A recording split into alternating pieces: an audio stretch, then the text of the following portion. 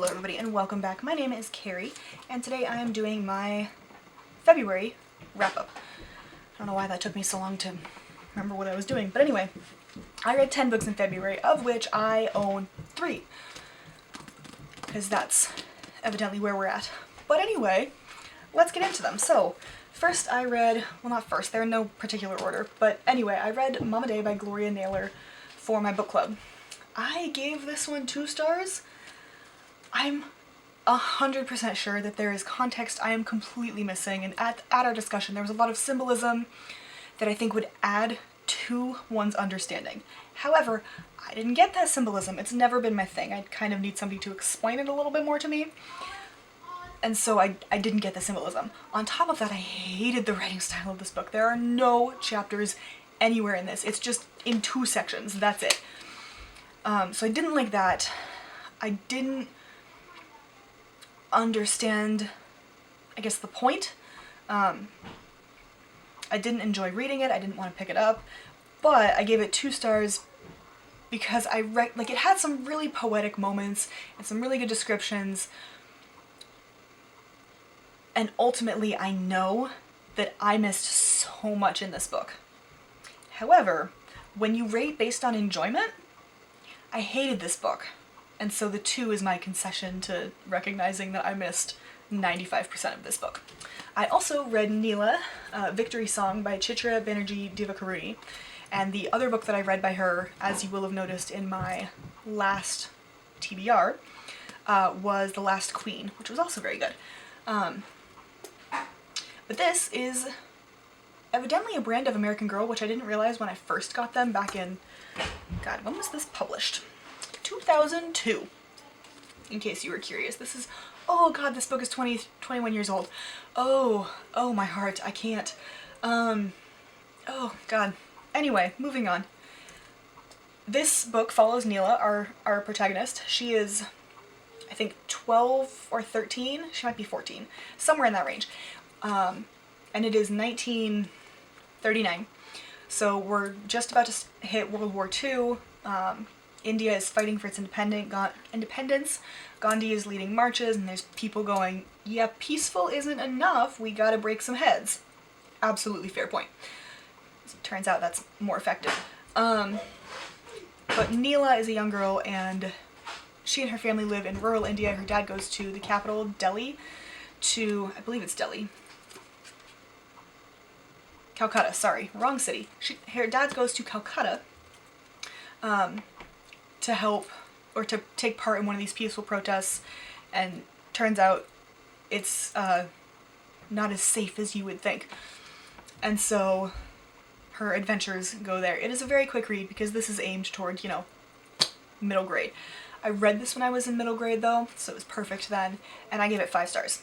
I gave it 5 stars then, I give it 5 stars now. It is well paced, it is well written, it is well researched, and I love learning about other cultures, and especially as I was reading Don't Mind the Children Shooting Each Other with Nerf Guns.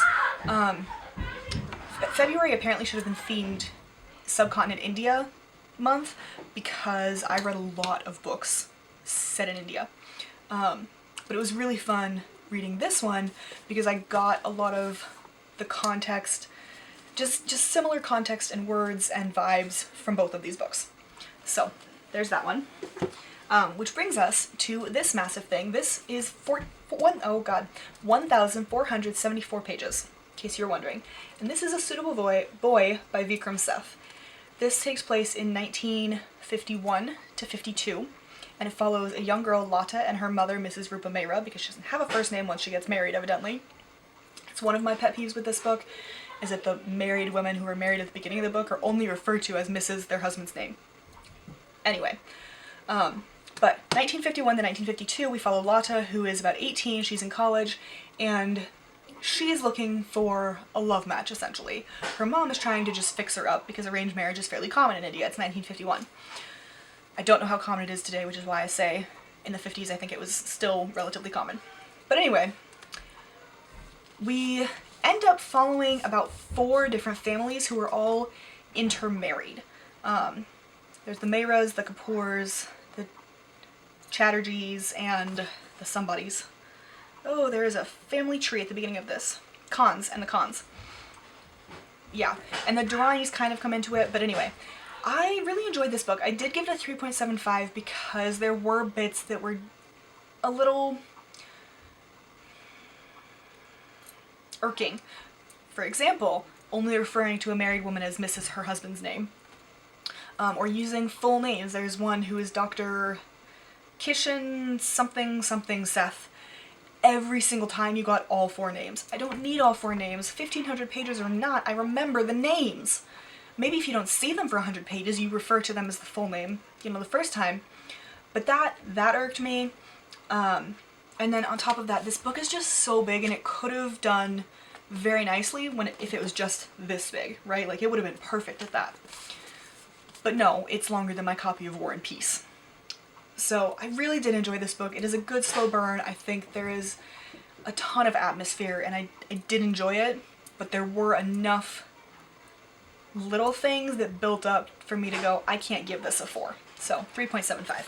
And then. So the first 5-star book I gave this year, actually, the first 5-star book I had, was The Book Eaters by Sunyi Dean. This is Abby's fault, because she got this book. I believe this was an Illumicrate book, actually, like the month after I terminated my Illumicrate subscription. To be fair, it was touted as a horror book, and I don't do horror because I'm a huge chicken. It turns out it's not a horror, it's just a fantasy book. So I don't really know who's deciding what horror is, but they're wrong. Anyway, this is a book where our main character is a book eater. They eat books instead of food. And it's an incredibly rigid patriarchal society, and she has got to protect her son. Enough said. Whoops. So I give that one 5 stars. I loved the pacing, I loved the characters, there's a queer relationship in there. I loved the idea of eating books and being able to retain all of that information. It was brilliantly done, and I thoroughly enjoyed it, clearly. Then I read The Heretic Queen, Queen Elizabeth, and The Wars of Religion by Susan Ronald. I gave this one 4 stars because it is a really good look at the rifts of Elizabethan England. I think that was good. The governmental reaction, the people's reaction, because that's kind of important. It did take a bit to get into it though, and yes, I am looking at my review because it's been a while. I've read a fair number of books. And the end definitely was oversimplified. Oh my gosh, they kind of went like, detailed look, and how many pages is this book? 368. This book is 368 pages. So in the first, 200, they kind of really deep dive, or at least medium dive, into the religious wars and the government's response and how that escalated or changed, and Mary Queen of Scots roles and Philip's role and all that kind of stuff. And then within the last 50 to 75 pages, they just went, and this is how it all wrapped up with her death and we move on. Like, no. I don't claim to be an expert on Elizabeth. I know a lot about her, but I'm not an expert by any means. But no. So that kind of irritated me because I think it should have been done better. We are going to come back to that one. Then I read The Love Match by Priyanka Teslim. This is what I mean when I said it should have been an Indian themed month, because this is like book number 4. But this one is Bengali girl in, I believe, New Jersey. And again, similar to A Suitable Boy, except contemporary. Her mom is trying to set her up with a nice Indian boy, Bengali boy, sorry, and she is trying to find a love match because it is 2020 whatever, and she wants to be more modern. Also, they're in the States, and depending on who you ask, I would guess, it may or may not be a thing. This was just a really enjoyable, clean romance. And I say clean because these kids are 18, so yeah, I would be cringy reading smut with 18-year-olds, like nope. But it was a really cute, clean rom-com. So if that's what you're into, I highly recommend this one. I also loved the discussions about food. Then I read White Women, Everything You Already Know About Your Own Racism and How to Do Better by Sarah Rao and Regina Jackson. I gave this one 2 stars as well, which was really disappointing. This one is a nonfiction, and it's by these 2 women, one of whom is Southeast Asian descent and one of whom is black. And it's basically, they go around and they host dinners. That's one of their, I guess part of their job would be the more accurate way to describe it, for white women who want to confront their own racism. That is a brilliant idea. I think it's good. And they use a lot of the examples that come up at these dinners. And my biggest problem with it is that I think this is an introductory book. And I say that because it's some of that stuff, like, I've already acknowledged that and marinated in my own internalized guilt and shame and racism. Still marinating, still working on it, because it'll take forever, right? There's so many microaggressions that I'm quite sure I perpetrate, and I don't mean to, but that's the nature of my microaggressions. I'm working on calling myself out. But it's a very introductory book in the sense that they're calling you out for the stuff that you already know. So if you haven't read a lot of books about racism, this is an amazing book, right? Because it's going to specifically call out white women, which I appreciated as a white woman. I think that's a great idea. But I definitely skimmed the last 100 pages, and it's only 200 pages to begin with because it was so repetitive just of every other book that I've read, and repetitive within itself. And if I'm gonna read 200 pages, it better not repeat itself, because that's already short, and repeating yourself is just a waste of all of our time. So I was disappointed. I was really hoping it was gonna be better. But again, I think if it's one of the first books you read on racism, amazing. I think otherwise maybe a synopsis. Let's see, then we talked about Neela. Then I read Beyond the Wand, Growing Up a Wizard by Tom Felton.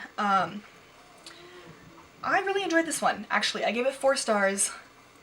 I think, like most celebrity biographies, it is superficial, and I would have liked to get a little bit more depth. Not necessarily, you know, prying, but just a little bit more depth. However, I really enjoyed how he told it in vignettes, essentially, related to, you know, certain instances on the set, or certain relationships, or certain actors, whatever. I think that was well done. And it's also a super fast read, so I enjoyed that. Then I read The Little Book of Stress by Rohan Kandapa, which is a sarcastic 100-page book about how to cause yourself more stress. And it's stuff like, just leave the lights on all the time, everywhere. Somebody leaves the room, you turn a light on. Like, excellent, excellent, because that's not at all stressful. And so it's kind of that reminder of, like, there are a ton of little things that you get stressed over that you don't need to stress over. So come on, get a grip, and we move on. It was hilarious. It was a super quick read, and I couldn't give it anything less than 5 stars. And then Suitable Boy. Okay, so the other one, and there will be a separate video on this one, is 3 Ordinary Girls by Tim Brady. This is a non-fiction story about 3 Dutch teenagers in World War II. They are in the Dutch Resistance. And their lives, obviously, are forever changed when World War II happens and the Nazis invade Amsterdam. Amsterdam's not a country, it's a city, but the Netherlands, that's the word. I will be reading more about these girls. This book was fucking awful. I, first of all, don't think this old man should have written it. Second of all, he may be award-winning, but he needs to work on his research, and I would not recommend reading anything by him ever again, in my life or yours. So we're gonna stop there. I gave it a 1.5 because I think there was, it had the information. That's about all I've got. However, I also want to specify and clarify right now, the girls' stories, amazing, 10 out of 10. The way this particular book is written, and the incompetence of this man, 0 out of 10, like -12. Just to be clear, because it is a nonfiction book, and so I am not shitting on these girls' lives at all. They are amazing and inspirational, and I am so sorry that anybody ever had to go through any of this. World War II is a thing that shouldn't have happened, but it did, and moving on. This book was just really poorly written. So poorly written. But there will be a rant video coming out about that soon. So, those are the 10 books that I read in February. because it is currently March, so I cannot have read them in March. 10 books I read in February. I hope you enjoyed. If you have any comments, questions, preferences, whatever, let me know down in the comments below, and I will see you in my next video. Bye!